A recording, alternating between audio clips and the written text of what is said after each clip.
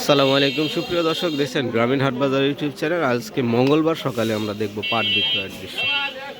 হাটের দিন পাট বিক্রয় দেখব, কী দামে বেচা কেনা হয় আপনাদেরকে দেখাবো। সরাসরি কথা বলছে,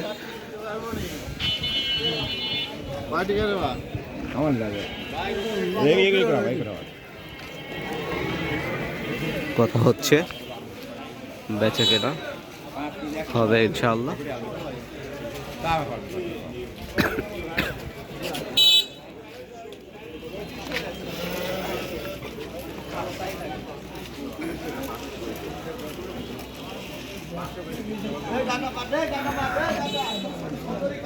এখানে সুন্দর কোয়ালিটির পাট এসেছে, আমরা এখন দেখব।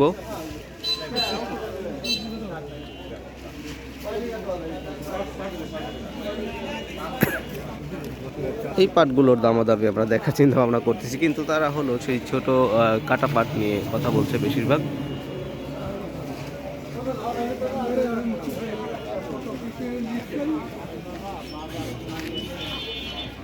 আপনারা দেখছেন নাটোর জেলার গুরুদাসপুর উপজেলার চাষকৈর হাটের পাট বিক্রয়ের দৃশ্য। আমরা সাদ্দাম ভাইকে রেগুলার পাট কেনা বেচা করতে দেখি, সে কিনে বেশ ভালো দামে কিনে থাকে। আজকে আমরা দেখব এই পাটগুলো কি দামে তারা কিনে। ক্রেতা বিক্রেতার কথা চলছে।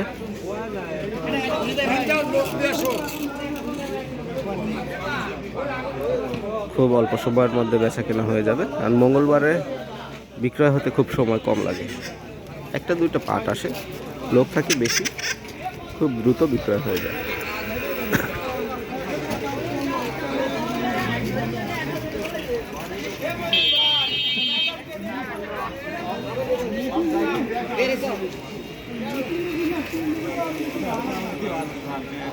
আমরা কি করব?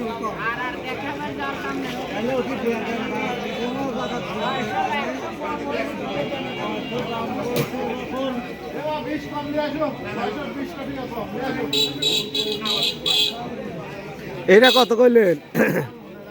এটা কত বলছেন? 200, 5200 টাকা পর্যন্ত বলেছে এই পাটটার দাম।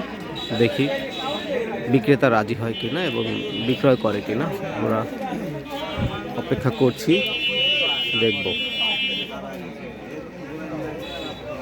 পাটগুলো বেশ বড় দেখা যাচ্ছে, সুন্দর করে বেঁধেছে।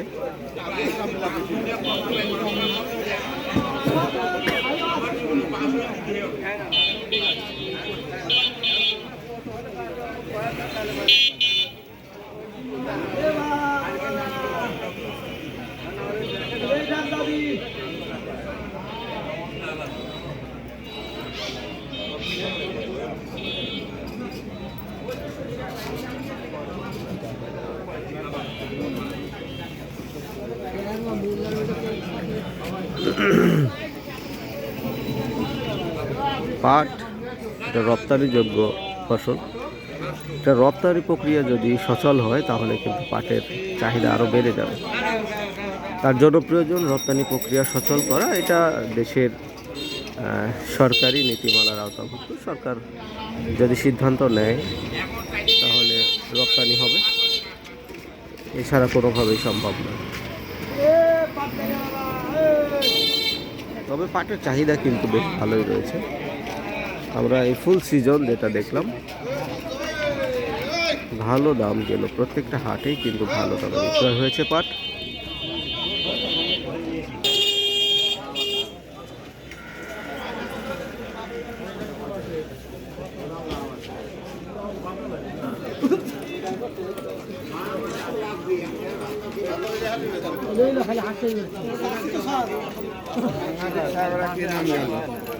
এই